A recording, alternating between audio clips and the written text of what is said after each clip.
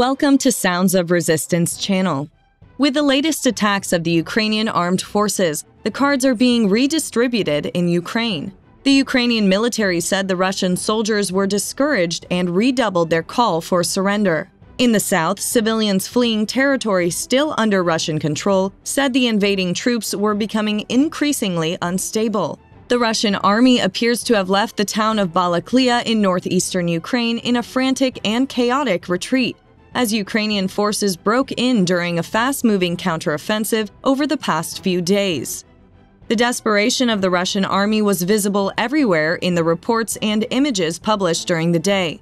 Military vehicles abandoned by the Russian army, tin cans and dishes left on the tables, mail scattered on the office floors, clothes left to dry were everywhere.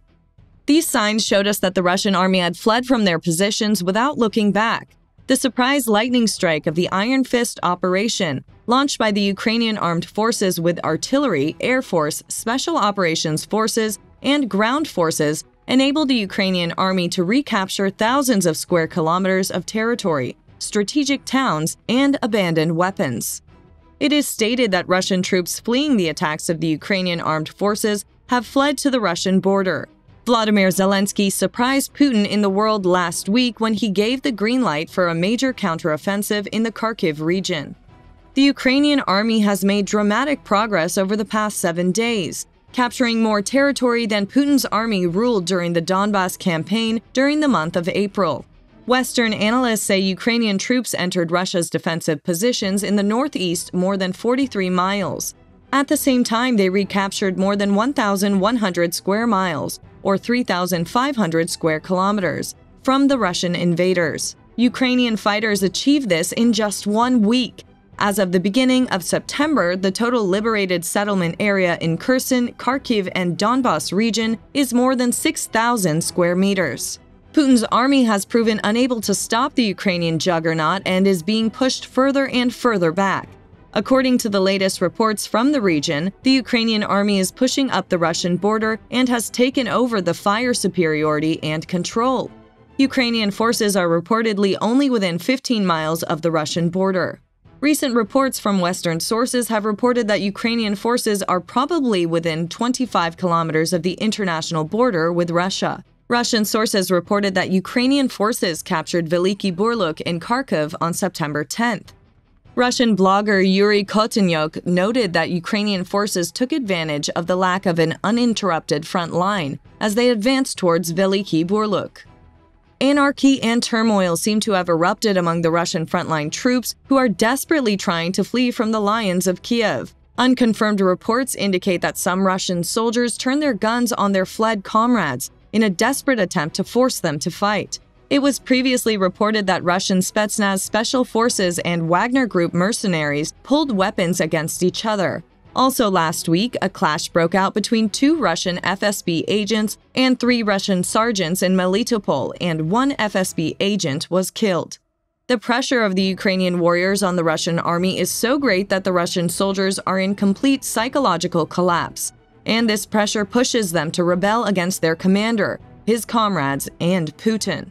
Russian troops near Izium are reportedly experiencing communication problems. Some units were completed without communication.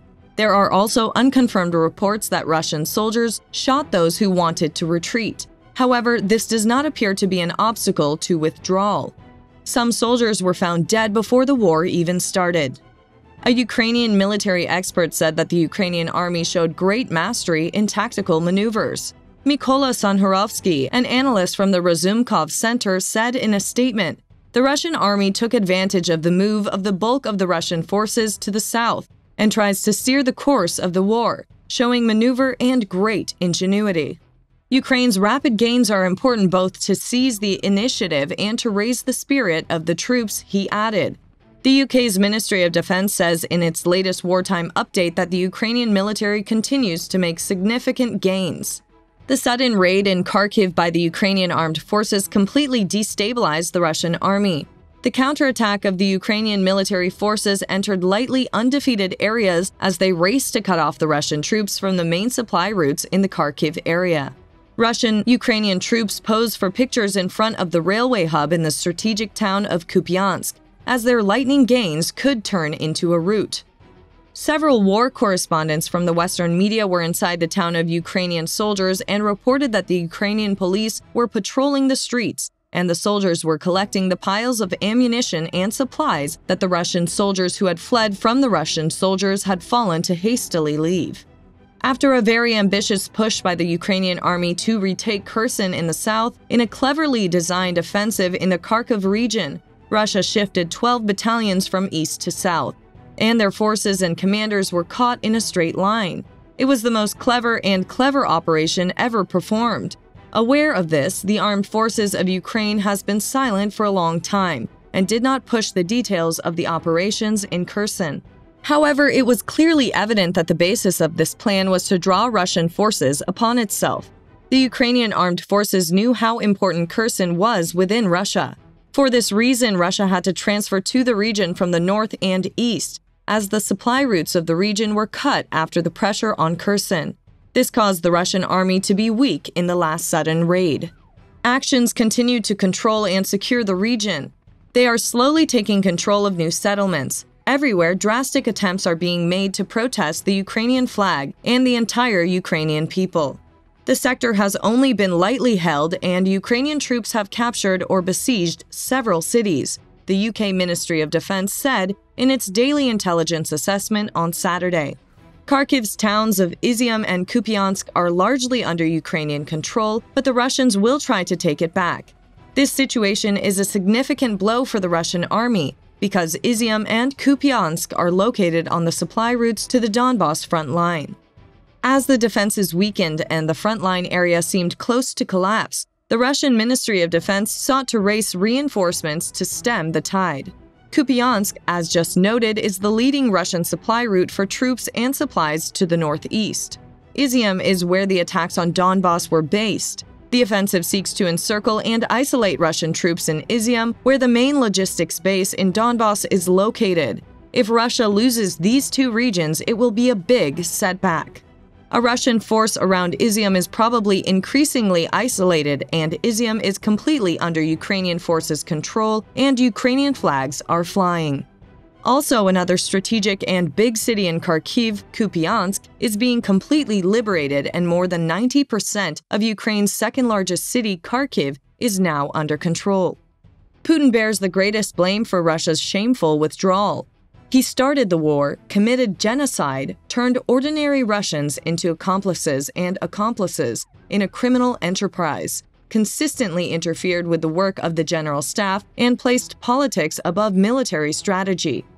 Over 50,000 Russian soldiers died in Ukraine, and Russian President Vladimir Putin remains indifferent to these losses.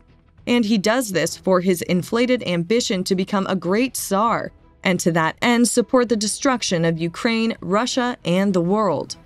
Putin's days are numbered. Few dictators can survive a catastrophic war. Putin, the former macho grandmaster who pledged to make Russia great, was exposed alongside a bare chest as a third-rate checkers player who had little to show for his decades-old rule.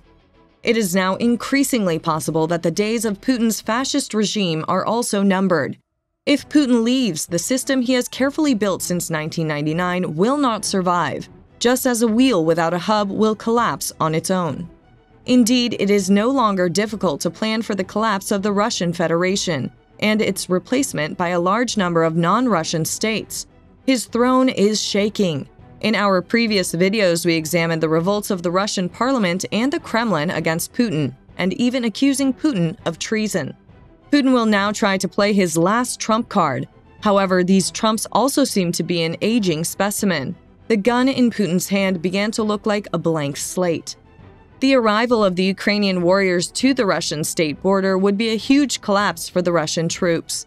We hope that Ukrainians get the freedom and territorial integrity they deserve. Thanks for watching.